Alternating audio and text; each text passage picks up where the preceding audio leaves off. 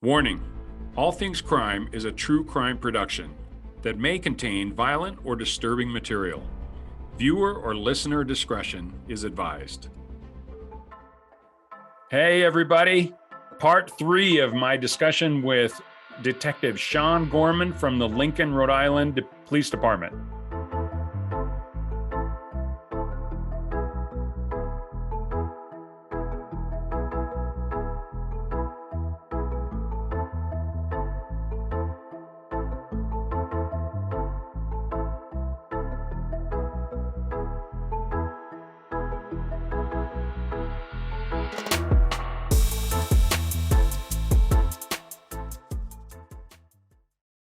And that's another reason why I feel I need to stick around is, I've lived in this town all my life. My dad definitely put his heart and soul into this community. And I just feel like I have to stick around a little bit longer and just kind of maybe help out before I decide, that's it for me. Yeah. Well, I've been in business for a lot of years now, and I'll tell you, without a lot of the mentors that I've had, I don't care how good you are, and unless you're just in a sole proprietorship or some kind of a small business where it's just you. If you have any kind of a business that requires multiple prongs, marketing and accounting and all these different areas, if you try to do it all yourself, you will fail. And that same rule applies with community service and service like what you're in. And it's, to think that there's people that actually look at you and apply a different standard than they do to anything else. It just doesn't make sense. It's that whole mentorship and that whole experience thing goes through everything. I mean, you look at the training that a doctor has to go through. They don't just go through med school and then they cut them loose.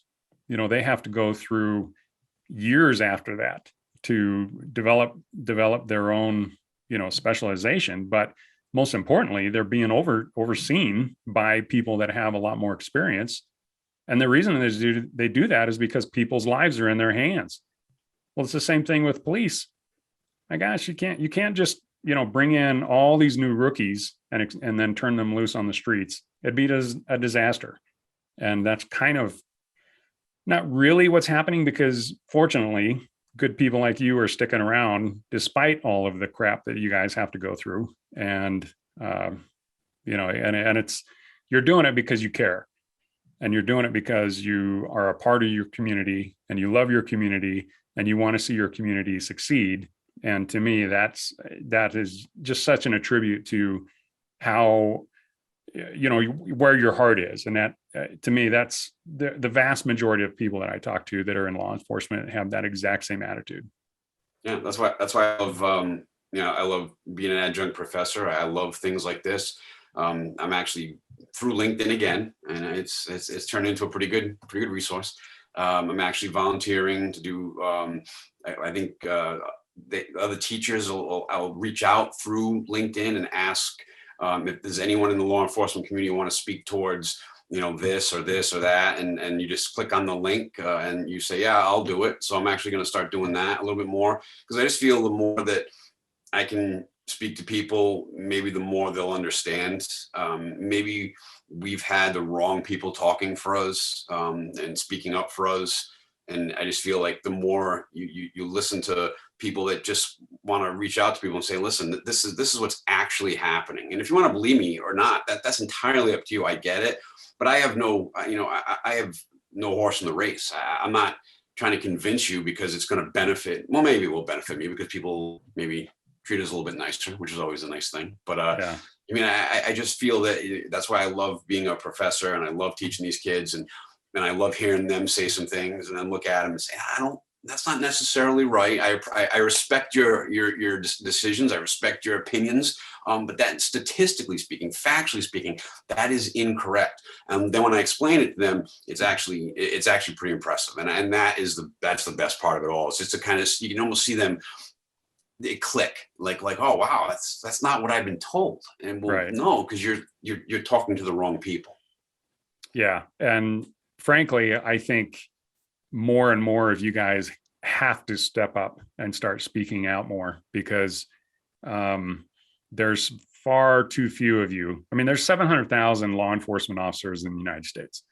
And I don't know the exact number, but it's somewhere around there. And I'll tell you what, the amount of noise that is being made that is positive toward police is so small compared to the negative that if you guys don't stand up and speak out for yourselves, man, yeah, this is just going to get worse. And which is another reason why I love having, detectives and experienced police officers like you on the show, because, my audience is growing, and, but just being able to get these positive messages out there and say, what, these guys are part of your community. They actually care, and they're not out to destroy anybody's life, like contrary to what other college professors and radicals are talking about. And that's just not the case. No, it's funny you mentioned that. It's difficult because right now I'm actually trying to get a teaching, like somewhat of a full-time teaching gig, and they want me to have my PhD and experience. I know those unicorns are out there. I know they exist. But in my entire time being a police officer, I have met one police officer who was actively getting his PhD and had experience and was a detective and went out and processed crime scenes. And I thought I was doing an amazing job with my master's degree. I thought I was the tip of the spear. And then I applied for a job, and in the interview, the person said, get a PhD. And I was, it really took the wind out of my sails, because I'm like, PhD. And then I was like, okay, fine. You want me to do that? I'll do that too. And then I went and looked at it, and I saw how absolutely daunting, and technically it's impossible. It's almost impossible because they want you there full time. And I'm like, wow, they don't want me teaching. They don't want somebody like me teaching, because it's almost like they're afraid of me, because I wouldn't just be academia. I wouldn't just be teaching out of a book. I'd be teaching out of my experience. And just like when I told that student, no, that is incorrect. That is not how it works. I've never seen that happen. I don't think they want that. They want people to teach from a book, and it's actually kind of scary, to be honest with you. It's actually kind of depressing to think that they're only being taught by specific types of people that have been surrounded by just books and academia, and they've never done anything on the streets, and that's very scary. Oh yeah. Well, I think that cycle that you just kind of described is the entire problem with the university structure right now, because I think the vast majority of people teaching our younger generation have no experience. They have no idea what they're actually talking about, other than what they learned from another professor who learned from another professor who learned from a book. Right. These people for example, there was an economics course that I was taking when I was in college years ago. And this guy was about 27, 28, maybe 29, but definitely not in his 30s yet. And he was describing how he had his PhD. He'd been teaching for a number of years. And I mean, basically his first class, he gave us his resume. And the whole time we're sitting there, and it was an economics course. And so he's talking macroeconomics and what these major university, or not universities, but companies should do based on certain economic factors. And I'm looking at him and I'm like, how does he know that? How does he know what a company should do based on that certain economic factor?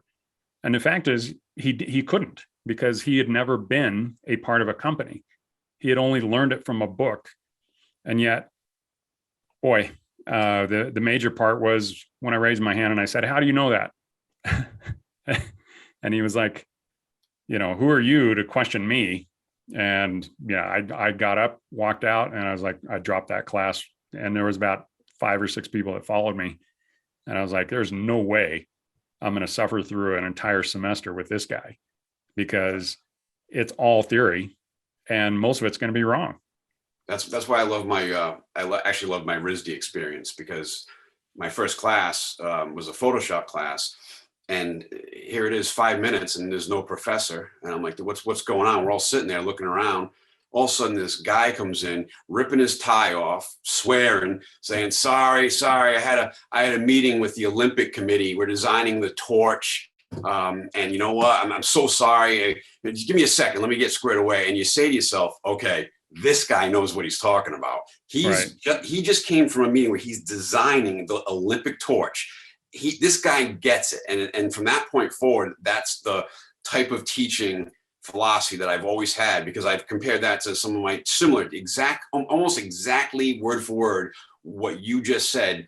I saw at URI in business, a business ethics professor that's never been in business. He's never been in business. He's 27, 28 years old. And how can you tell me what business is like when you've never done it? It's funny you said that. That is almost the exact same experience that I had at URI. And that's why when I went to RISD and I saw that, I was like, wow, if I'm ever going to be a teacher, I am going to make sure that, I have some hash marks on my arm before I teach anybody anything. I'd like to teach through experience rather than through a book. Yeah. Well, anybody that's actually willing to pretend that they are an expert in a field when they've never had personal, face-to-face type of experience, and all they're doing is teaching theory out of a book, that's not somebody I want to learn from. And unfortunately, in the majority of professors out there, they just can't do both. Now, if you get some kind of an executive MBA, where a lot of those professors are retired business people, that to me has value. But it's scary, really, who is educating some of our kids, because they don't have any practical experience. And it's interesting. My dad, again, when he would go to a lot of these conferences and stuff that are, a lot of them academia, a lot of them PhDs, but he had his PhD and he earned it while he was working. And so he did it, and he had 4 kids and he built a house the whole time. And I'll tell you what, I've never seen anybody work so hard. But he used to go to these conferences and he'd come back and he'd just shake his head. And he's like, there's a reason that the nickname for PhD is piled higher and deeper, is because a lot of these people just have, they have a lot of experience specific to where they have studied. But outside of that, they are just, the common sense rule just doesn't apply to them. No, not at all. So, yeah. Not that I wanted to get on my soapbox, and I apologize for that, but it's just something that I think is a major problem. And again, a lot of the people that turn into policy makers, like, go into politics, come out of that same pool, if you will. And a lot of them don't have experience on the things that they're making policy on. And a lot of that affects law enforcement, because they're making laws that you guys then have to uphold. But for the common sense of it and for the good of the community, it just doesn't make sense. And I think the defund the police movement is the epitome of that. Yeah, we find that happens to us almost on a monthly basis. We'll get a piece of paper, an email saying, oh, by the way, now it is no longer a felony to possess fentanyl or cocaine in this amount. And we look at each other like, who thought of this? Like, who thought this was a good idea? And then, I would go and I would speak to the powers that be and be like, hey, we don't even have that option in our computer. We can't even select misdemeanor cocaine possession. They haven't even updated our computers. They haven't even updated our charge codes. How are we going to do this? And then it's just an absolute just chaotic scene trying to almost work backwards. And like you said, it's like, who thought of this? And why didn't they reach out to the police department? And why didn't they work with us? Why didn't they talk with us? Why didn't they say, hey, what do you foresee as problems? Even legalizing marijuana. I don't know about you, but now where are you located? I'm in Salt Lake. Okay, so I don't know about you, but every time I run around outside, I'm high by the time I come home. Every time I go for a jog in the local park, I have a contact high because everybody's smoking weed. That's DUI. That is DUI. Yeah. And it blows my mind that nobody thought that this was going to be a problem. And you cannot use a breathalyzer. You cannot use, PBT. You can't use anything. You need to have, specially trained officers to end up testing these people to then charge them with DUI, which we don't have, because just that alone is hundreds of hours to get them to where they need to be. And who thought that was going to be a great idea? No, they did that, again, a gut reaction, strictly for taxes, strictly for money, strictly to lessen the amount of people that are arrested, and without talking to the people that deal with it on a daily basis. Well, and not only not talking to someone that is actually dealing with it on the streets, but I just question whether or not, we used to we'd get a scenario from our command, and as a staff, we used to have to go into a room and we would have to war game every scenario we could think of. And we would come out with multiple courses of action. And then the commander would have to make the decision on what would be the best. But we had to do all the research, and then we would have to advise the commander on the end of it, and say, I question whether or not anybody actually sat down and said, okay, if we legalize weed, what are the possible outcomes that could happen from that? How did they ever get into a room and actually justify and say, yep, we think that there's a possibility that it could get bad enough that people just jogging through the park could get a contact high? And is that really the best thing for society? We think that in the end, there's a possibility that we're not going to be able to arrest somebody for DUI, even if they crash their car because they're so high. And, that how is that going to benefit society? And I just don't believe that a lot of these people making these policies have actually thought them through.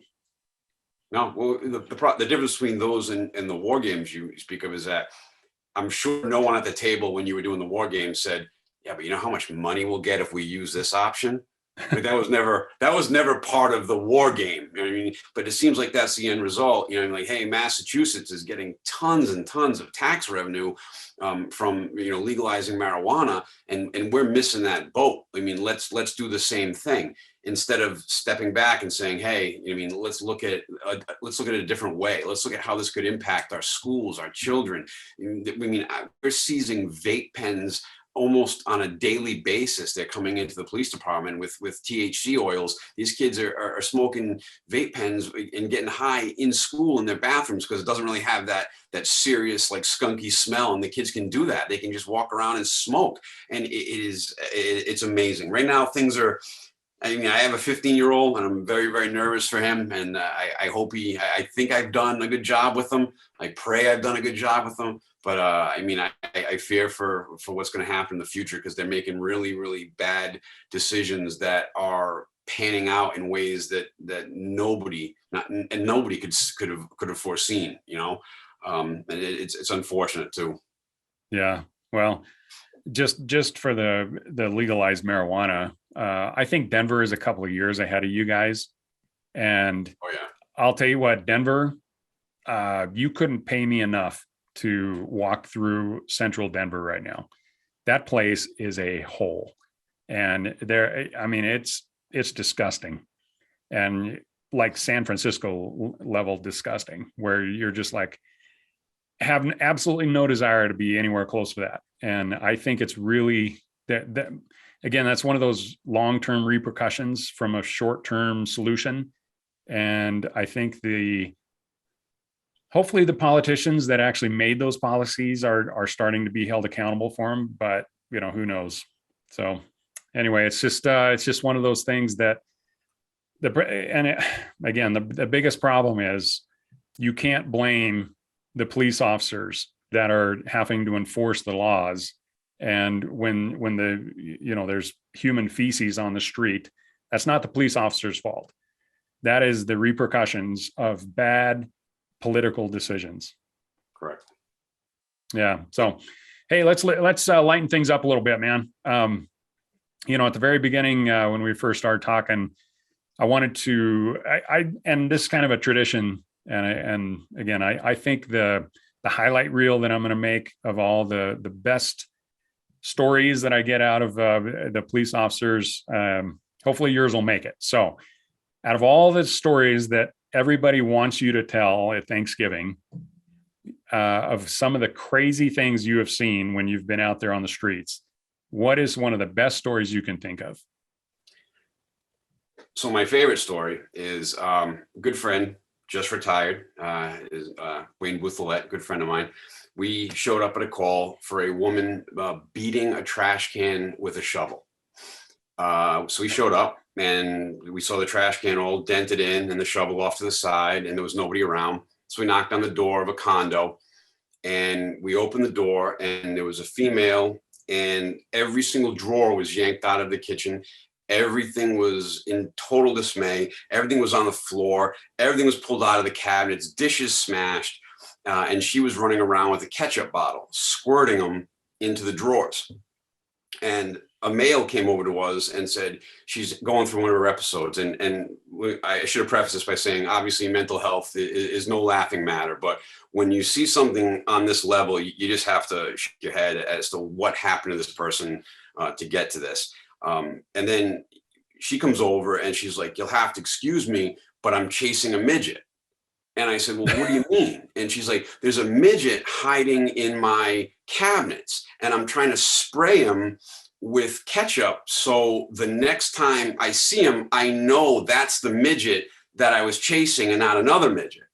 And I said, oh, okay. And I was looking at the male, and he's just shaking his head, and he takes me outside. He says, listen, she's not on her medication. And I obviously I felt sad for the woman. Then I went in and she started explaining to me how she was, she started to get angry and say, you don't know, I could own this town. I'm a millionaire. I could buy you, this, and this. And then she came outside and she started explaining that the reason why she beat the trash can was to get the midget out, because she found the midget and she beat the trash can to death, and the midget ran off into the woods.